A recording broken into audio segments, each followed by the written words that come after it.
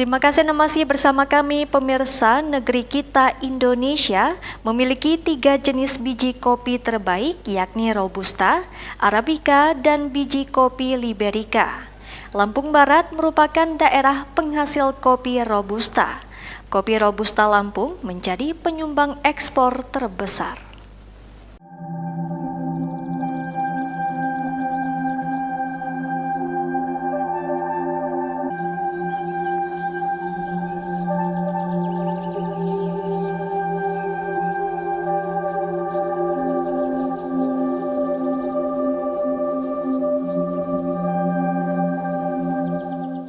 Provinsi Lampung merupakan produsen kopi terbesar kedua nasional dengan luas perkebunan mencapai 155.165 hektar. Produksi kopi Lampung rata-rata didominasi kopi Robusta dengan total produksi mencapai 108.069 ton. Luas areal kopi nasional pada tahun 2023 mencapai 1.268.905 hektar dengan rata-rata produksi mencapai 756.097 ton. Total produksi tersebut terbesar keempat di dunia, menyumbang sekitar 6% kopi dunia. Ya pemirsa, Lampung Barat memiliki wilayah yang didominasi perbukitan dengan ketinggian tanah 500 hingga 1.000 di atas permukaan laut. Lampung Barat memiliki tanah yang subur, sangat cocok untuk lahan perkebunan kopi. Kota Liwa termasuk salah satu daerah perkebunan kopi. Ibu kota Kabupaten Lampung Barat ini penghasil utama kopi Robusta.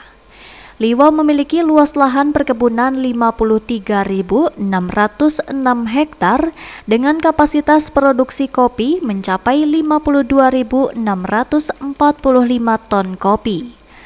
100% perkebunan dikelola masyarakat dengan 35.737 kepala keluarga. Pada umumnya, mata pencaharian masyarakat Lampung Barat terkonsentrasi di sektor perkebunan dengan mayoritas tanaman kopi. Ya pemirsa, saat ini petani kopi menikmati harga kopi yang tinggi.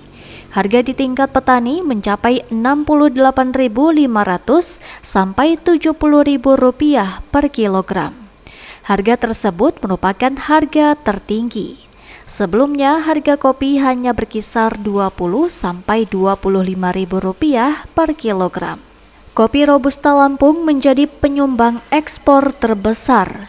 Produksi kopi Lampung Barat mencapai 100.000 ton per tahun. Data Dinas Perkebunan dan Peternakan Lampung Barat mencatat tanaman kopi merata di 5 kelurahan dan 131 desa. Perkembangan perkebunan kopi memiliki kaitan erat dengan adat budaya masyarakat sejak zaman Kerajaan Skalabra yang merupakan cikal bakal masyarakat Lampung Barat. Tempo dulu mayoritas warga kerajaan merupakan petani kopi yang menjadikan kopi sebagai bagian kehidupan masyarakat. Menjelang tidur hingga terbangun, masyarakat selalu berkuat dengan kopi. Mulai dari pengolahan sampai menjaga tanaman kopi di kebun. Kopi merupakan hal wajib yang disediakan di setiap rumah. Bukan hanya untuk konsumsi pribadi, kopi menjadi minuman selamat datang penyambut tamu yang hadir ke kediaman warga Lampung Barat kala itu. Penyajian seduhan kopi dengan kualitas baik merupakan bentuk memuliakan sanak keluarga ataupun kolega yang berkunjung. Kalau kita bicara kopi ya luar biasa. Di Lampung Barat ini kita sama-sama tahu bahwa kita pernah punya slogan Indonesia Negeriku, Kopi Lampung Barat Kopiku, dan ini sudah semua orang tahu, dan kita juga sama-sama tahu bahwa kalau kita bicara kopi Robusta ya di Lampung ini tempatnya Lampung Barat. Nah kemudian bentuk dukungan dari pemerintah sendiri ya luar biasa, artinya pemerintah dengan stakeholder yang lain bersama-sama mendukung baik itu secara langsung maupun tidak ke para petani, dan Kita juga ada yang namanya sekolah kopi, ini luar biasa, di mana sekolah kopi ini digagas oleh Bupati Lampung Barat terdahulu, yaitu Bapak Haji Paruksil Mapsus, yang mendeklarasikan perlu adanya sekolah kopi, di mana disitulah untuk tempat belajar mulai menanam kopi sampai dengan memproduksi menjadi hasil turunan produksi kopi. Nah, kemudian di samping pemerintah daerah kabupaten juga peduli, kita juga bersyukur bahwa kita didukung oleh Dinas Provinsi Lampung, kemudian didukung oleh kementerian. Di beberapa wilayah mereka memberikan bantuan itu baik dalam segi bibit maupun dalam bantuan alat-alat produk pasca panen, dan itu sangat membantu. Dan kita di Dinas Perkebunan dan Peternakan Kabupaten Lampung Barat ya mensupport habis, itu artinya tentang kopi di Lampung Barat ini.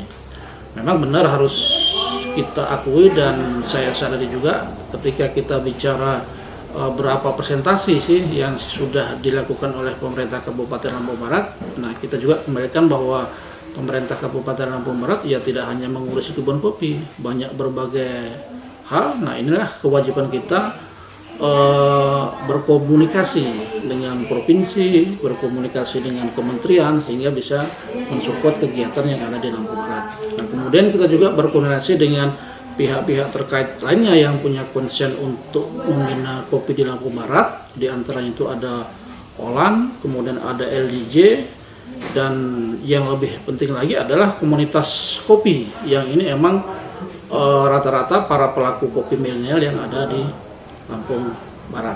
Dan saya yakin kita juga sama-sama melihat harga kopi saat ini naiknya luar biasa, dan ini harus disyukuri oleh masyarakat Lampung Barat. Tetapi masyarakat juga harus bijak dalam memanfaatkan hasil panen kopi. Yang pertama adalah bahwa kopi setelah kita panen maka harus dipupuk, harus dirawat sesuai dengan literatur yang ada pada kopi. Nah, apabila itu dilakukan, mudah-mudahan tahun depan produk kopi akan lebih meningkat pada tahun ini. Nah, masalah harga tentunya kita sadar ketika kita bicara harga adalah rumus jual beli. Tetapi saya yakin dengan kondisi kopi di beberapa negara yang emang penghasil kopi terbesar di dunia, posisi masih dalam pemulihan, saya berkeyakinan insya Allah kalau Yang Maha Kuasa mengizinkan, kita di tahun depan, bahkan mungkin 2 tahun depan, dia masih berada di minimal 50.000. Pemerintah memberikan arahan petani agar menetapkan sistem tanam tepat guna untuk memaksimalkan hasil kopi di Lampung Barat.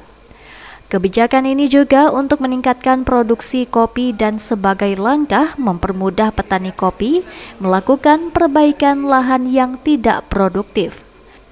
Kabupaten Lampung Barat menjadi sentral uji coba pengembangan sistem somatik embriogenesis kopi untuk Provinsi Lampung. Sistem ini berpengaruh pada produktivitas kopi. Lampung Barat menjadi contoh terbaik di Provinsi Lampung dalam peningkatan produksi dan mutu kopi karena kualitas kopi Robusta Lampung Barat merupakan salah satu terbaik nasional. Kopi Robusta Lampung Barat memiliki bodi tinggi, acidity rendah dengan karakter earthy dan notes nutty, woody dan dark chocolate. Industri kopi di Lampung Barat berperan penting dalam perekonomian lokal, menjadi sumber mata pencaharian masyarakat. Banyak petani menjadi anggota koperasi atau asosiasi yang memberikan dukungan pelatihan dan akses pasar. Kopi di Lampung Barat ini merupakan penopang ekonomi di daerah. Jadi tentu dia memiliki luasan lagi terluas untuk komoditi yang ada di Lampung Barat. Itu mencapai 54.000 hektar lebih. Bahkan kalau kita kalkulasikan lagi dengan yang sudah berizin di hutan kemasyarakatan, itu bisa mencapai 60.000 lebih hektar di Kabupaten Lampung Barat ini. Dan produktivitas kita cukup menggembirakan gitu. Karena memang petani kita ini dominan petani milenial saat ini. Jadi kita diuntungkan dengan adanya lonjakan demografi atau bonus demografi itu terasa bagi petani kopi. Itu tahun kemarin kita sampai ke 1,2 ton per hektar per tahun. Rata-rata kita mencapai. Itu tertinggi di Indonesia. Indonesia sendiri nasional masuk 800 kilo per hektar per tahunnya. Di Indonesia kita 1,2. Dan kalau untuk lihat panen tahun ini kemarin kita coba taksasi di beberapa tempat itu melampaui produksi tahun di 2022. Artinya di atas 20% lebih lonjakan kenaikan ini kalau kita hitung dari produktivitasnya. Mungkin tahun 2024 ini bisa mencapai 1,4 ton per hektar. Walaupun memang sudah banyak di kebun-kebun petani kita yang per hektarnya 2,5 ton, 3,5 ton, bahkan 4 ton itu ada di beberapa petani kita yang sudah mulai menjadi kebun percontohan bagi petani lainnya.